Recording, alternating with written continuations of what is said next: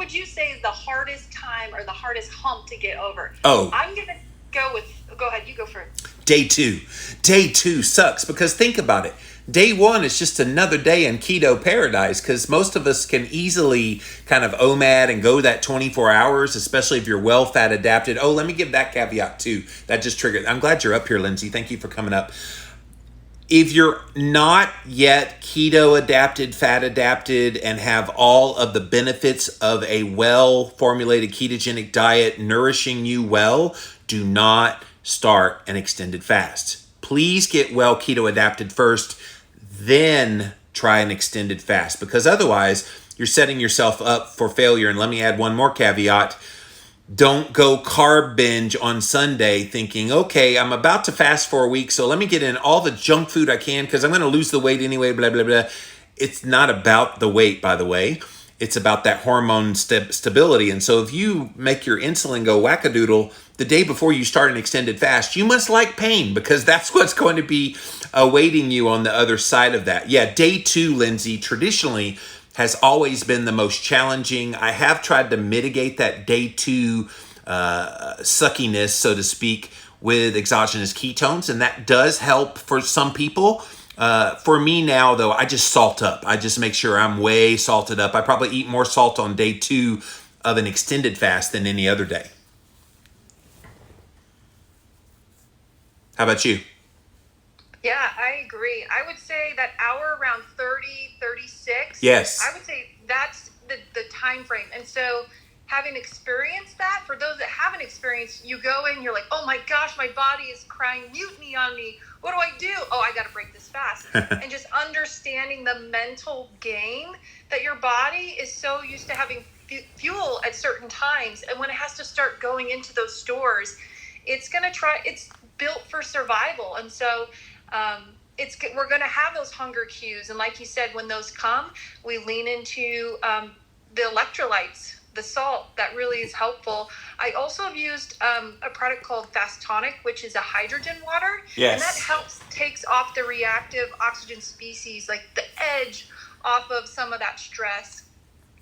Yeah, I love that. And I also use another product called from Keto Chow, the company Keto Chow, called Fasting Drops, and it's concentrated sodium and magnesium. And so I'll throw a few drops of that into the water that I'm drinking because you're drinking a crap load of water. So you might as well put something in there to make it a little bit mineralized so you can get those electrolytes. Electrolytes is everything, you guys, when you're fasting. It is when you're keto as well, but especially so when you're fasting. So if you've never done a long fast before, this might seem intimidating, and I definitely want to hear your experience. So definitely raise your hand if you want to be a part of this discussion. It looks like Dax wants to ask a question or make a comment. What you got for us, Dax? Come on up to the stage. What you got, man? Hey, Jimmy. Hey, bud. Just joined the room. Appreciate you having me up here with Yeah, man. you and Lindsay and Judith. Great discussion. Love fasting. Longest all-water fast I've been on is 15 days. Woo! I'm getting ready to start a 7-day fast Monday, actually. So good timing on the room for me here. I noticed you were talking about some of the ways to mitigate some of the effects of a fast. Yeah. I actually use Himalayan salt. It seems Yes. to be more mineral dense. And of course the electrolytes, that is critical. That is actually that's changed the way I've been able to get into a fast without many of the side effects, the supposed extreme hunger. For me, it's always starts to taper off by about the middle to the end of day 3. And but fasting is one of the most incredible cleansing.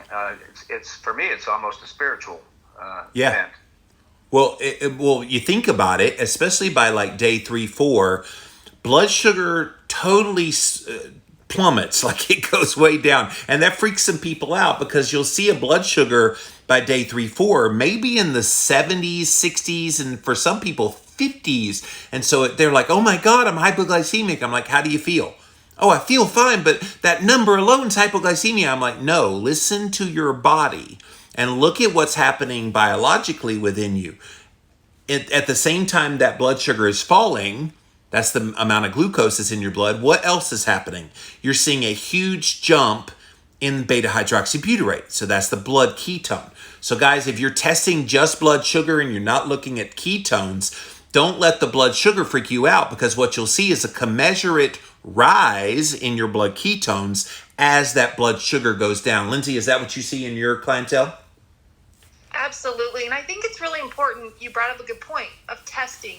If you are going to do a longer fast, you have to be testing your blood glucose and your ketones, because there are ranges where you will want to break your fast, because you don't want to get to a point where something adverse, like you passed out. The ranges that I've heard is if your blood sugar drops below 40, yes, you need to go ahead and break that fast. Or if your ketones, nothing above an 8, that would be time to break your fast. What are your thoughts? The lowest I've ever seen on my blood sugar during a fast was 49. And then the highest I've ever seen, and this is deep in a fast, like day 15, 16. The highest blood ketones I've ever seen is about like a 7.1. So it got close to that 8. But like, it's not dangerous unless you're feeling bad. And this is another thing. If you're in the midst of a fast and you're adequately hydrating, you're adequately salting up, as Dax said, getting a good quality, rich, mineral-rich kind of salt, and it's still, you still feel bad. The difference between this and starving yourself, because people say, well, you're just starving yourself. No, you have total control in a fast. Starvation is you don't have access to food and yet you're hungry. Fasting is you have access to food, but you're choosing not to eat it. But if at any point it becomes too much, you could break the fast. And there's no shame in that. When I've led these before, people, the most they've gone is like 18 hours, and then they accomplish 48 hours, and they're like, oh no, I failed. I'm like, whoa. Like, you've gone 18 before, and now your longest is 48. That's like triple your best one you've ever done. So don't beat yourself up if we start a 7-day fast on Monday, which we will, and you don't make it the full 7 days. It's cool. Life happens. You're gonna surprise yourself. Isn't that right, Dax? Absolutely. The first time you ever try to fast, I'm not sure what all you've said in this room prior to me being here, and I apologize if I repeat some of the content, but I first started fasting back probably 40 years ago, and I started with a 1-day fast. I did that each Monday for the first month.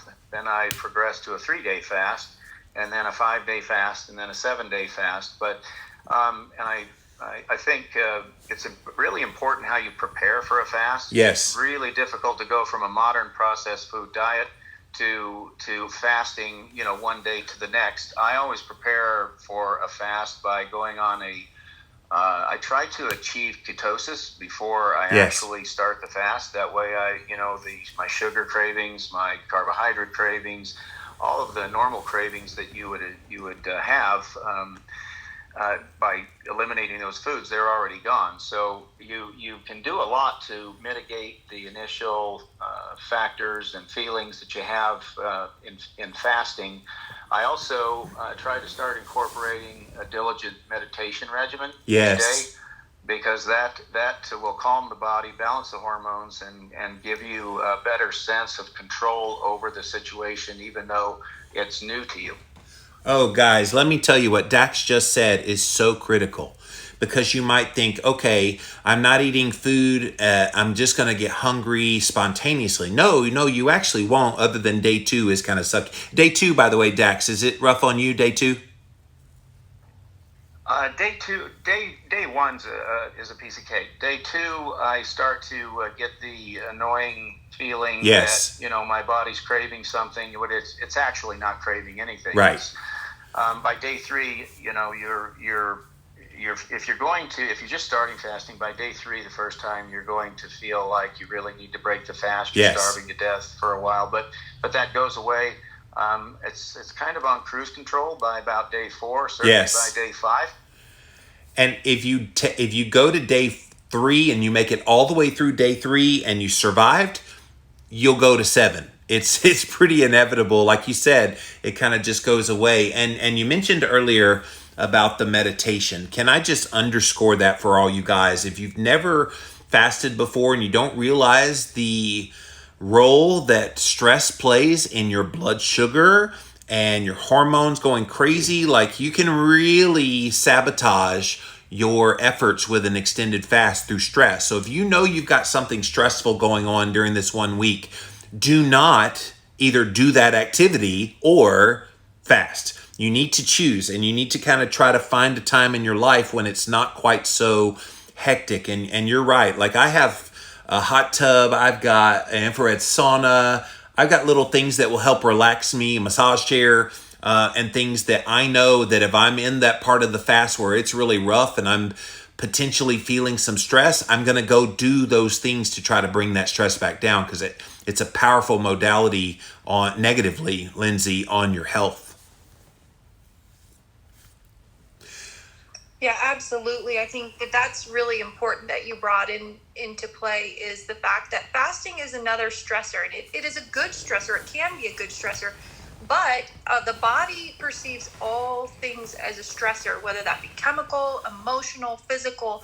And so if we're adding fasting in there, and we have, depending on what's going on in our lives, our environment, or otherwise, mentally, emotionally, that could be too much on the body, and it could just be an additional stressor, and it could be maladaptive instead of beneficial as we would like, or it makes it just more difficult to push through that fast. Yes. So Norma over on Instagram says, can you explain what happens when you fast? Because a lot of you might be like, 7 days, Jimmy, that's kind of extreme. What do we do in 7 days?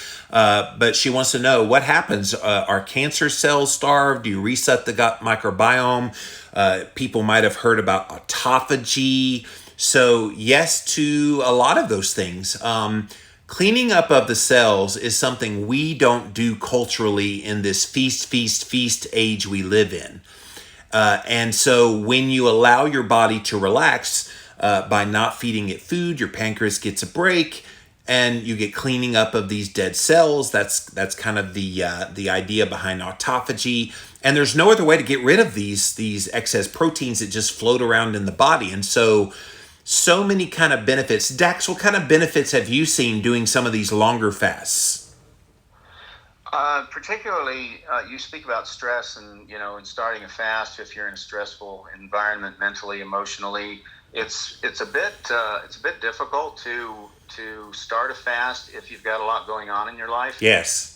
It's probably not an ideal time to start a fast. Preferably, when things have calmed down in your life, because there is a lot of mental and emotional stress involved with fasting, and you have no idea what's going to come up. It's why fasting is kind of a solitary pursuit for many people, because they don't really trust themselves, maybe in mixed company with some of the side effects that come from fasting. But it's all good. Some of that comes from when your body's detoxifying, if your lymph glands are releasing toxins back into the bloodstream to be removed during a fast, well, that often, some of that passes through your brain, and that can cause some havoc in your thoughts and your feelings, your emotions. So you kind of have to be aware going into it that you're going to have some different feelings, opinions, thoughts about things. I might reference a couple of books that I've used for many years in regard to fasting. One is by Paul C. Bragg, 2 G's on the end of that, and it's called The Miracle of Fasting. I learned a great deal from that. I've implemented many of those techniques. Another one was by Professor Arnold Arett, and it's called Rational Fasting. It's a rather old book, and it's a bit of antiquated language, but still very relevant in terms of the physiology of fasting. I might mention, too, just that, and again, I apologize if I'm repeating what you've already said. When it comes to the type of water that you're going to use when you're fasting, it's very important that you, at the very least, use some type of a purified water, at least maybe a desktop purifier, a countertop. A good one, I think, is Pure, P-U-R. They have a one that removes most of the copper, mercury, cadmium, and industrial pollutants, and that's a very good filter. Ideally, I believe reverse osmosis is probably the best, because it doesn't remove most of the minerals. Some people prefer distilled water, but that tends to leach minerals out.